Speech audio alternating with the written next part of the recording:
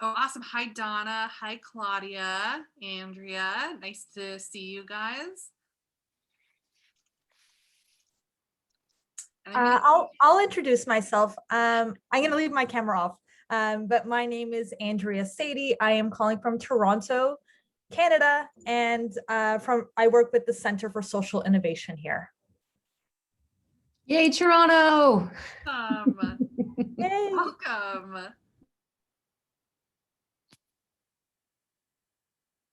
I think that was that you, Rena, cheering for Canada? That was. I find in a lot of my calls with clients and conveners, we're underrepresented, the Canadian contingent. So it's always nice to be cold with somebody. Fair enough.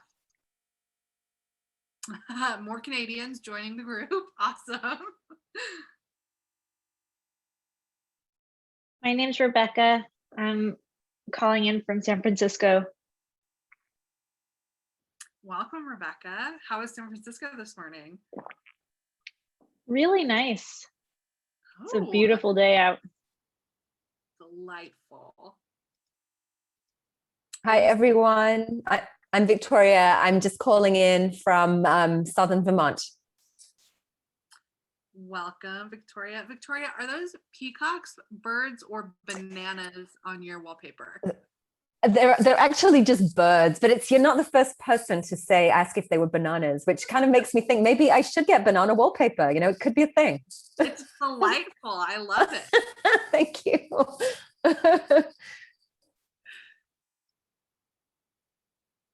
Hi, everyone. Arena Mikoyam Lopez here. I'm in New York City, but mostly in the Boston area. Nice to see everyone here. Welcome. Hi. Hi, I'm Alistair from Washington, D.C. And I'm happy to hear someone pronounce banana as banana. Wait, do I have a Utah accent when I say banana? Now I'm gonna overthink it. Banana. Nope. I got it. Welcome, everyone. We'll give it like 1 more minute for people to join. I'm going to drop in the window swap link for you guys to peruse one more time. Anyone else care to introduce themselves, share, introduce your pets, or give us a debrief on the weather where you're at?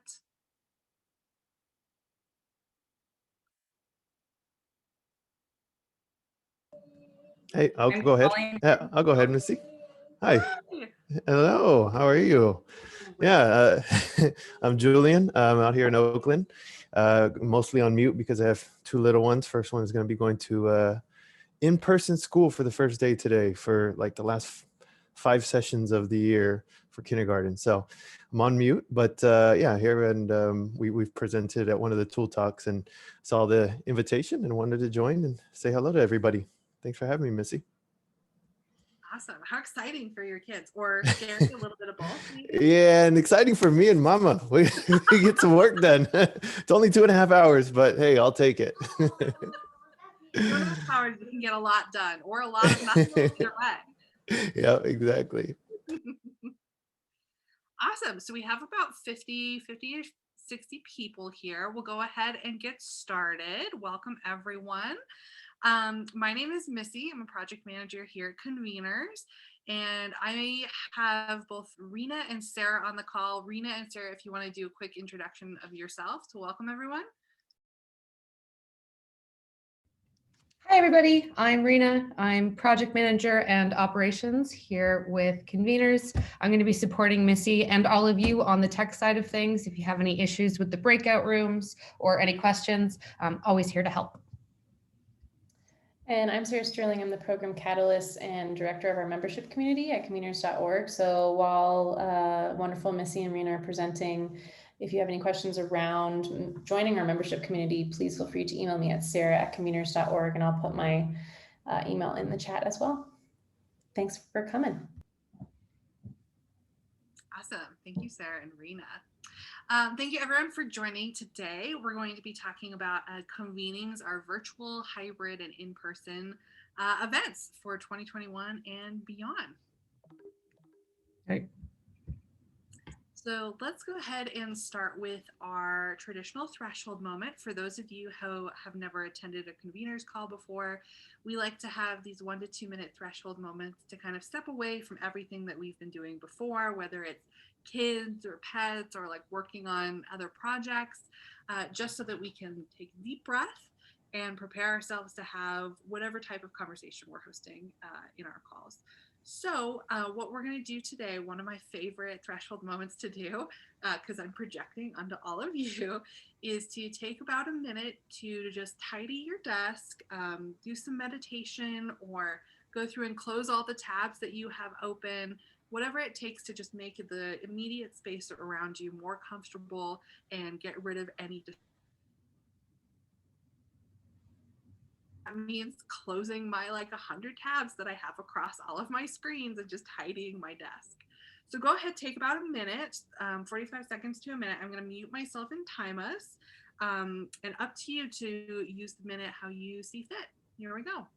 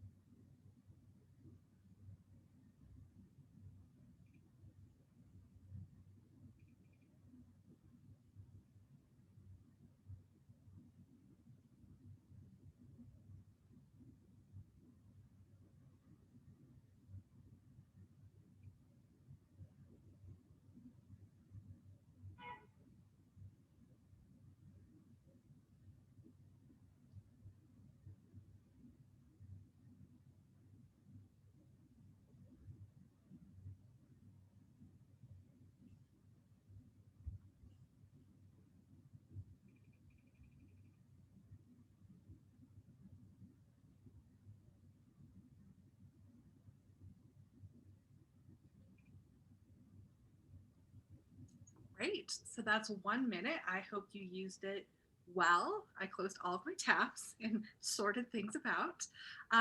Let's go ahead and cover just a few things about conveners before we dig into our content today. So quick touch on some of the convener staff. And today we have Rena, myself, and Sarah, as we've introduced. And then just kind of about conveners for those who don't know much about us. We are a membership organization, and we generally offer membership to different types of memberships to convening organizations who focus on social impact, a handful of different services to support all of your events, your goals, your challenges, and then community events like this, but also access to our library and our resource and new skills and resources that come out. Great. And as Sarah mentioned, you are able to schedule some time with Sarah or anyone else to consult an expert here at Conveners. And Sarah, if you haven't already, if you want to drop your email in the chat for folks to reach you. Otherwise, you can schedule some time with one of our conveners here at the link, which we can also drop in the chat for you. Great. Okay, so a quick review of how we're going to spend our time today. We have our about 10 minutes of welcome and threshold, which we're wrapping up right now. And then I'll cover a short presentation on our virtual, hybrid, and in-person events, kind of taking a look at what each of these look like for 2021 and beyond, and then kind of the strengths and pitfalls of each, and the what we're seeing now, what we're seeing come out. And then we'll take about 10 minutes for breakouts, and we'll give you a couple of prompts and discuss where we're all at and the challenges that we're facing. We'll take about 20-ish minutes or so to talk about safety and platforms for live and hybrid events. And then we'll wrap up with some group discussion. Awesome. Okay. As always, as we go along, you guys are welcome to drop any comments or thoughts in the chat while I'm talking, and also while we're actually in our breakouts. We always encourage interactive conversation. So first, let's go ahead and get started with What we have all come to know, love, and possibly hate for the past about year and a half is our fully virtual events. And we've had some conversations with you guys, our conveners, our members, as well as reps and different platforms and organizations in communities about what 2021 has looked like so far, what it's going to look like for the rest of the year, and what 2022 might look like. So let's touch on a few things that came out of those conversations. So of course, as always, we have a million platforms to choose from and explore. And what we found is across the board, from end-to-end platforms or just simple networking platforms that you use for like one-off workshops or just like hour-long networking sessions, platforms are rapidly changing and expanding their features and capabilities. And this can be from anything from, that one platform you saw a year ago that really only offered video services is now doing registration on top of, agendas and apps, as well as some companies are just disappearing and being bought out by larger companies that may or may not be actual platform companies, or something like Adobe or Apple are buying smaller companies. So even some of the platforms that we reviewed for 2020 in our virtual platform test drive series are either completely different from what we looked at, or they're just gone.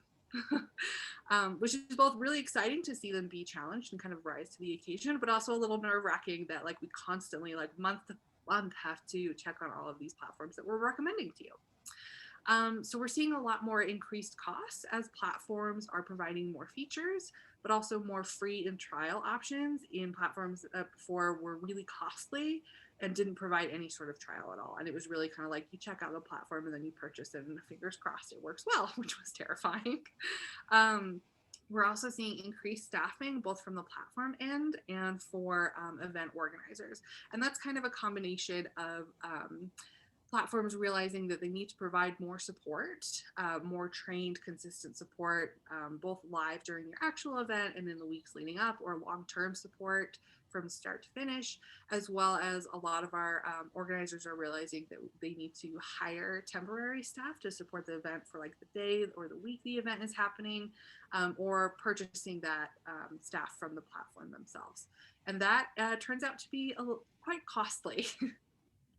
Awesome, thanks, Rita. So quick touch on kind of the superpowers and pitfalls of our fully virtual events. And by all means, please drop any additions or thoughts or even challenges in the chat if something is easier or more intense than you thought. But overall, we've noticed that fully virtual events tend to be relatively quicker and easier than our live planning. We have a faster turnaround, mostly lower costs, broader reach and increased accessibility, and a high demand for creative and year-long engagement. Recordings and archive collection and also collecting large amounts of data is generally easier to do, sometimes a bit more costly than before, but still a bit easier. Pitfalls are usually, reliance, like we said, on ever-changing tech and external platforms, where like you may have your heart set on one platform and then it's completely different by the time you make it to your event. Decreased profitability from ticket sales or just free tickets, not making any profit at all, struggles with sponsorship engagement, and then their high demand for creative and year-long engagement for sponsors and attendees. Our content breakouts and networking tend to be less spontaneous and organic, no matter how creative we get. Less personal connection, a lot of at-home distractions, and it's really difficult to host those long multi-day events that were really fun and exciting in person. Usually it has to be scrunched down. A lot of tech struggles and a lot of Zoom fatigue. Thanks, Rena. All right, so hybrid events, we've noticed a lot of folks are kind of testing the waters and exploring a hybrid events, whether that's just shrinking down their normal events to make it, instead of like a 2-day fully virtual event, trying to do a hybrid event for 1 day, just trying to feel the waters. So what we're seeing for hybrid events is kind of similar overall, where we see a lot of expansion on platforms. So a lot of platforms are aiming to expand their apps or start building apps to accompany their platforms, trying to build more native features that are supporting both virtual and in-person events. And a lot of features are actually making smaller and medium platforms look more and more like end-to-end platforms, providing everything from your website to your registration to occasionally your on-site check-in. which is exciting, but also much more complicated. We are also seeing more integrations and a lot more free options on smaller platforms.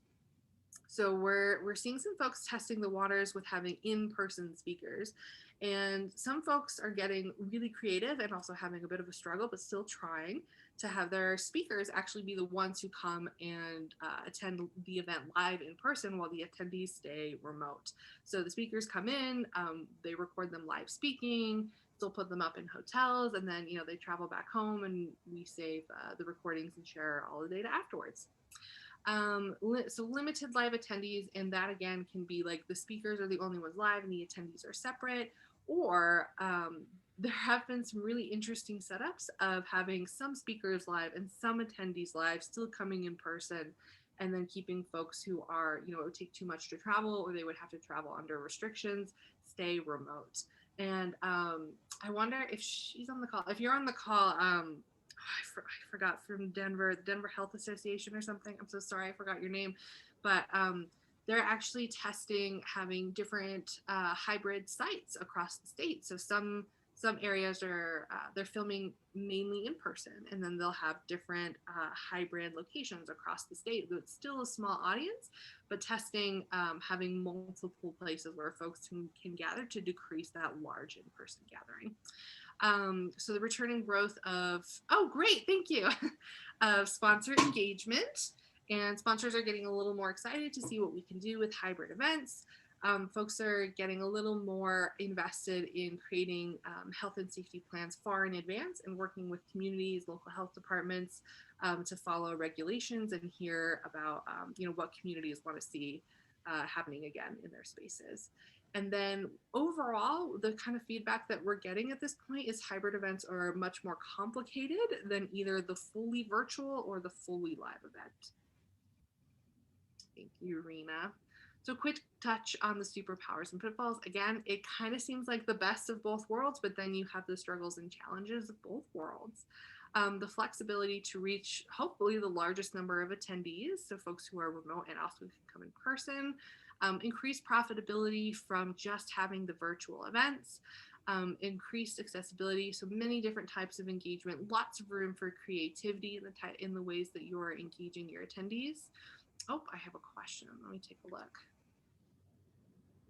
Rebecca, so are we seeing vaccination requirements? So one thing, we'll touch on that a little bit more when we talk about safety after our breakouts, but we're seeing folks playing with the idea of vaccination requirements. I have not personally, and please speak up in the chat or later in our groups if you've actually seen this. I have seen vaccination requirements for restaurants or small, really small local gatherings, but not larger events that we've been putting on.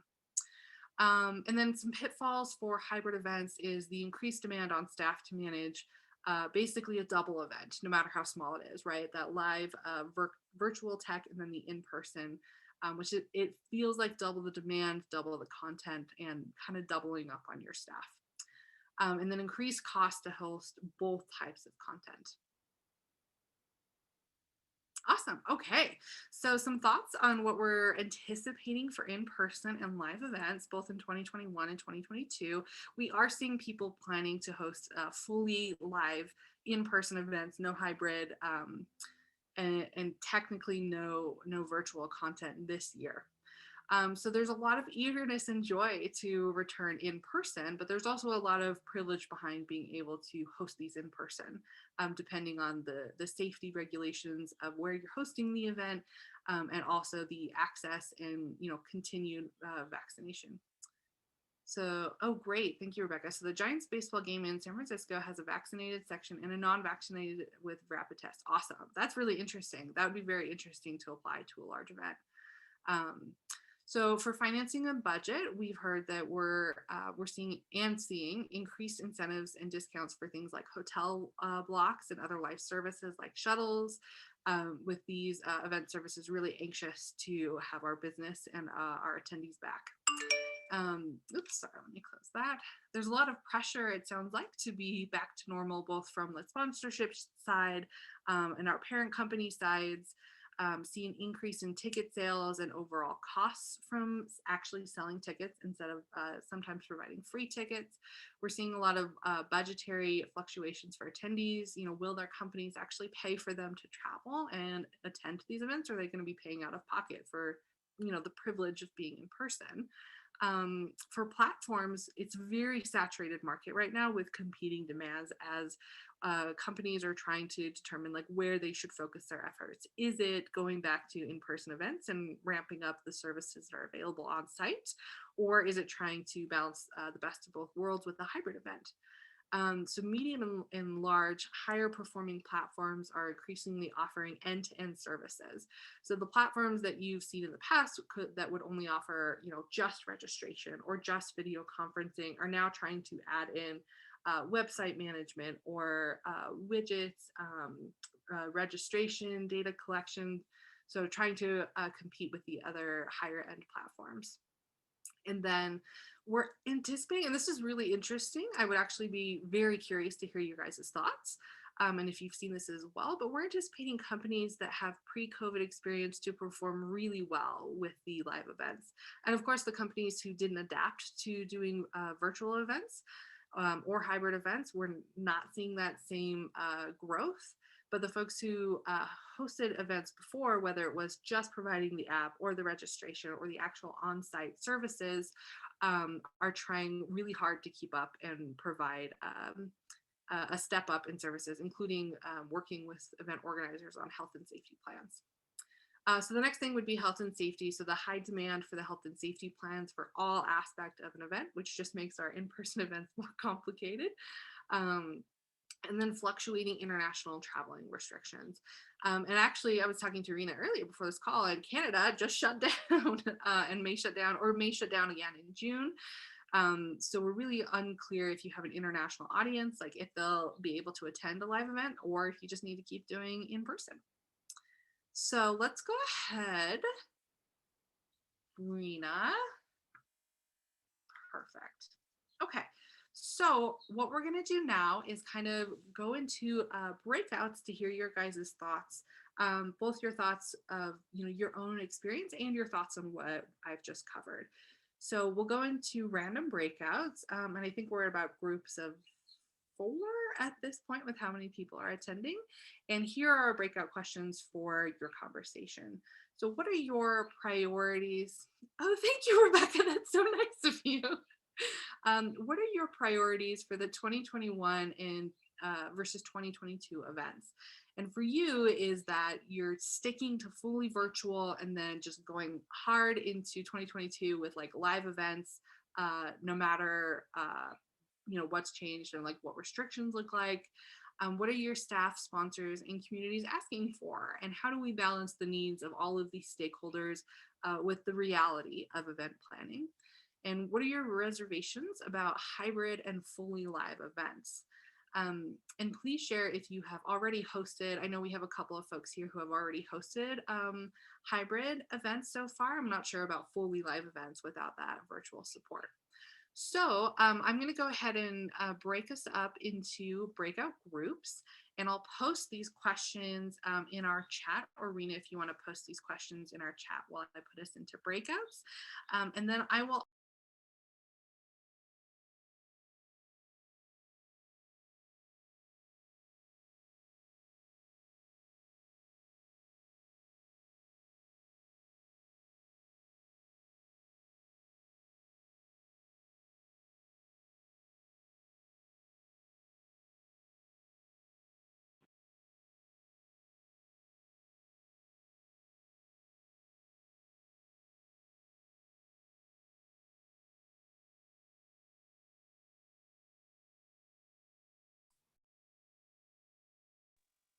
Awesome. Looks like everyone's coming back. Let's just give it a few more seconds.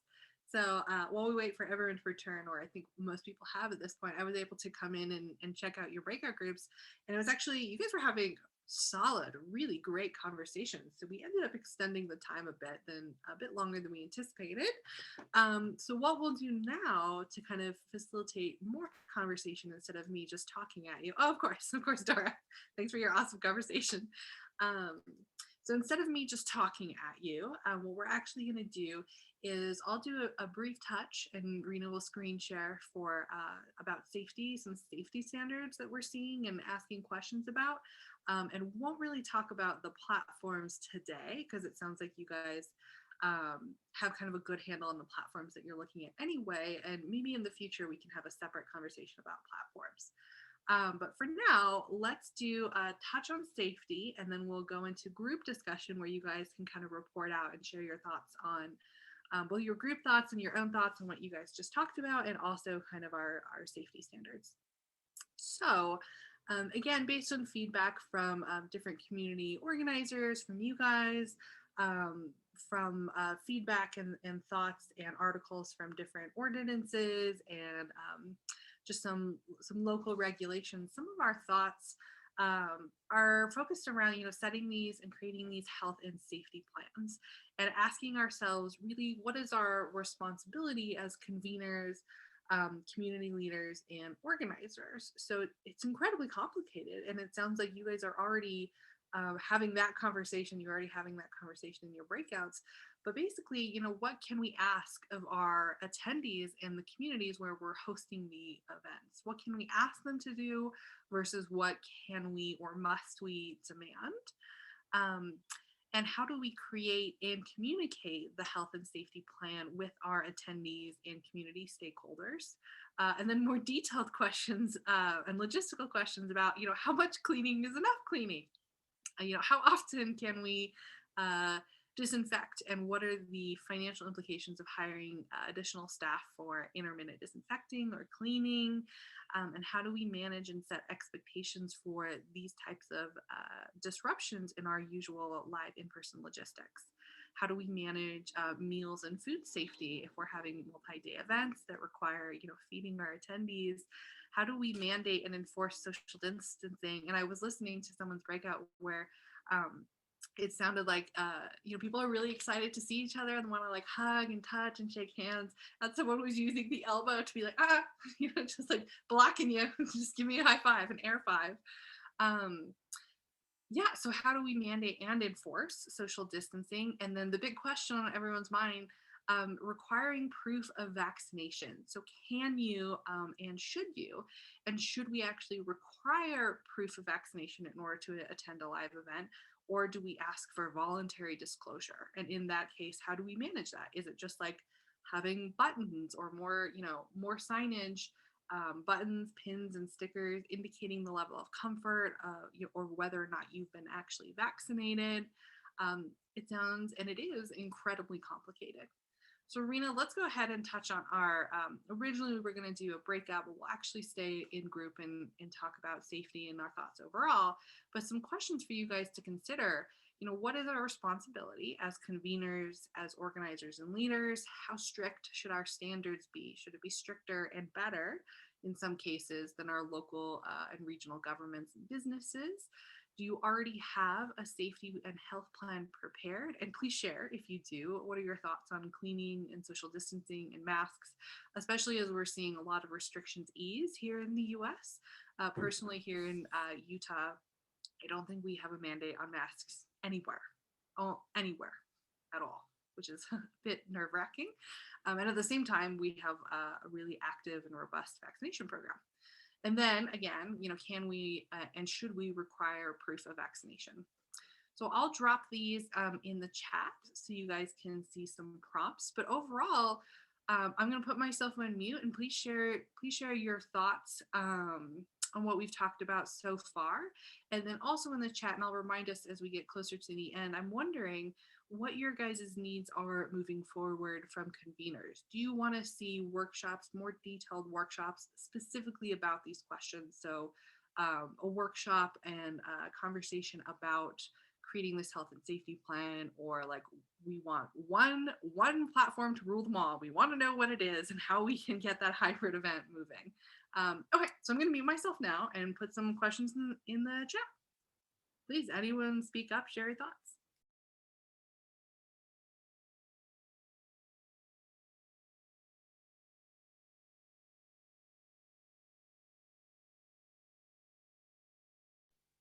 Oh, great. Yes to the health and safety plan workshops.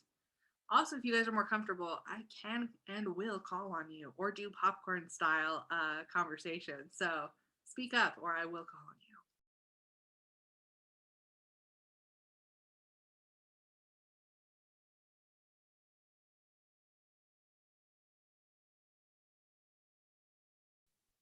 Hello, everyone. I'm Jacqueline Linson. I'm with the Colorado Health Foundation, and we are planning a hybrid event in August 5th and 6th. We're going to be having 5 different in-person locations and then the hybrid, or then the virtual platform. And currently, in terms of safety, we're still figuring out a lot. We're considering a lot of, we're looking at a lot of school guidelines. They have been really impressive and very thorough. We're also looking at each of the county specific guidelines where we'll be hosting these events. We have been going, we thought just due to the inequities around vaccinations that we were not going to require any proof or any type of, and HIPAA, like there are so many things. We weren't going to require people to be vaccinated, but we have kind of been bringing that conversation back up and how do we ensure safety? So that's been really one big question that we have, because a lot of people are interested in having some type of identification of if somebody has been vaccinated, but obviously we've not figured out how to do that or if we should even do that.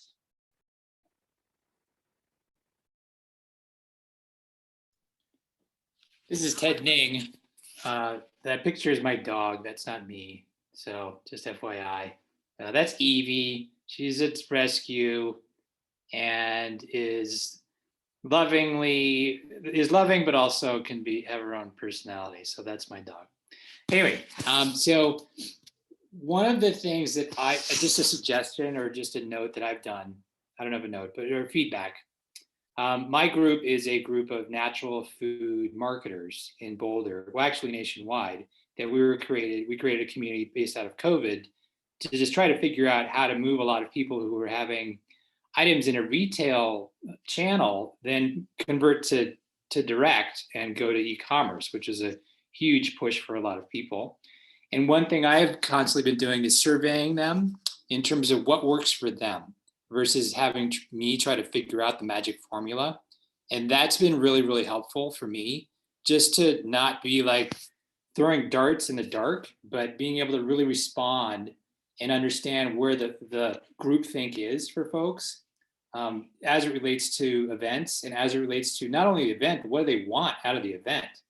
And what are they looking for to connect once we get together? How do we build something that's going to be of value? And I found that to be tremendously helpful. So just wanted to put that out there.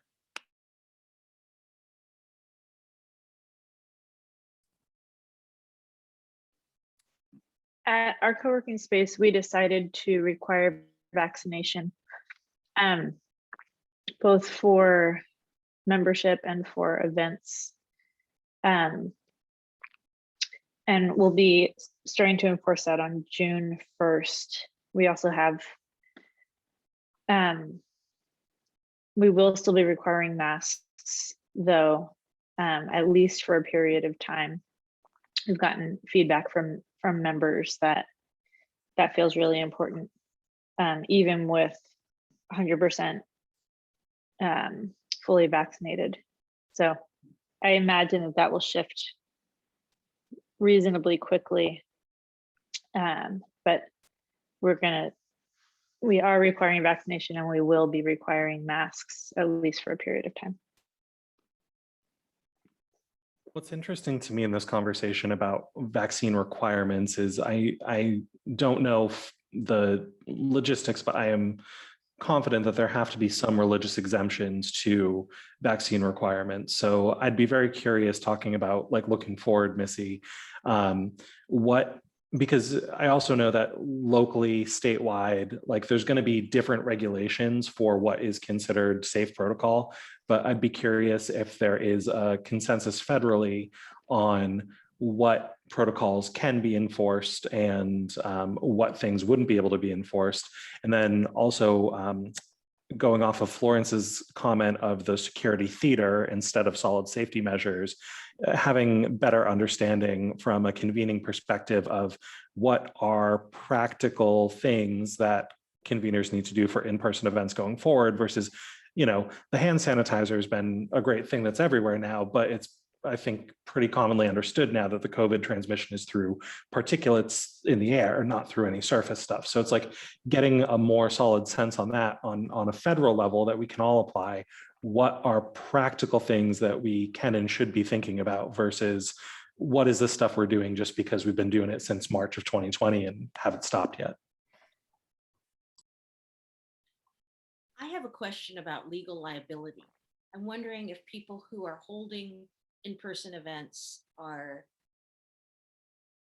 adding something to the invitation where you indemnify yourself in case there is a super spreader event that happens at your event. And then that's a good question on liability of like, are you are you open to some sort of suit if you're not following certain protocols? It's interesting. Those are really great questions. And so far, what we've been seeing, and we'll definitely do a deeper dive at some point and share this with you, but a couple of things I've been seeing with some service providers is they are including clauses, mostly insurance protecting themselves about what they do and do not provide in terms of, there's a specific word, and it's skipping my mind, but if anybody remembers what it is, but it's like the COVID equivalent of an act of God, right? And I'm so sorry, I forget it, but I'll find it for you guys. But like hotels, for example, are including this now in their room block contracts. And I've more seen this in private businesses, have signing a waiver once you enter the building. And I think that's more applicable to requiring a vaccination more than anything else. But yeah, these are great questions. I'm writing them down so I can look them up and follow up with you guys. Also for the vendors, if what's the requirement that we should be asking for people serving food and tending bar?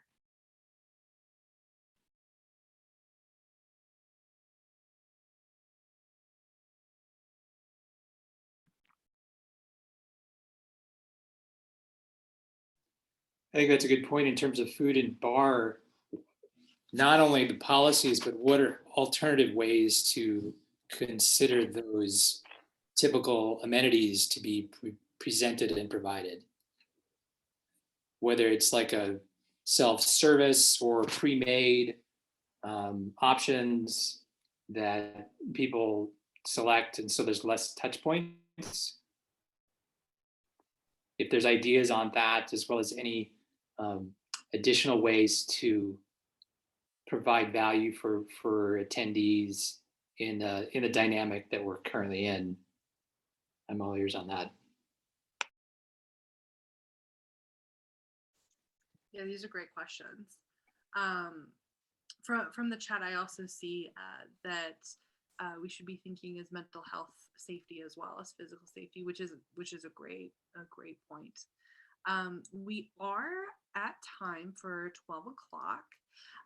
12 o'clock MST, my time. So let's go ahead and wrap up today. But I have been taking some pretty copious notes on your guys' questions and what you guys are curious about moving forward.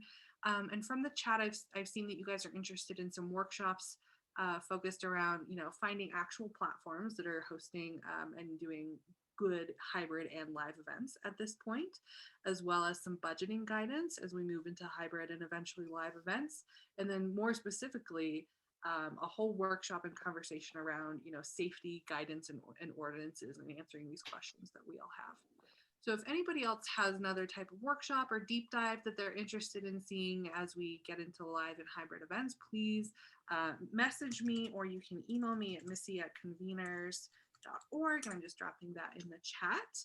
And we'll try and follow up with you guys about hosting these detailed workshops. And you guys are welcome to stay in chat if you'd like to keep talking. Otherwise, I know that folks have things to get back to. So yeah, I hope you guys all have a great day.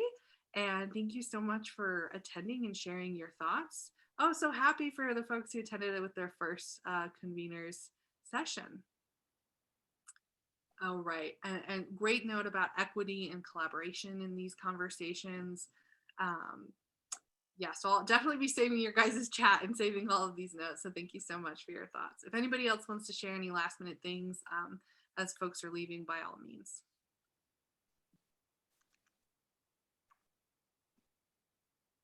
Awesome. Great.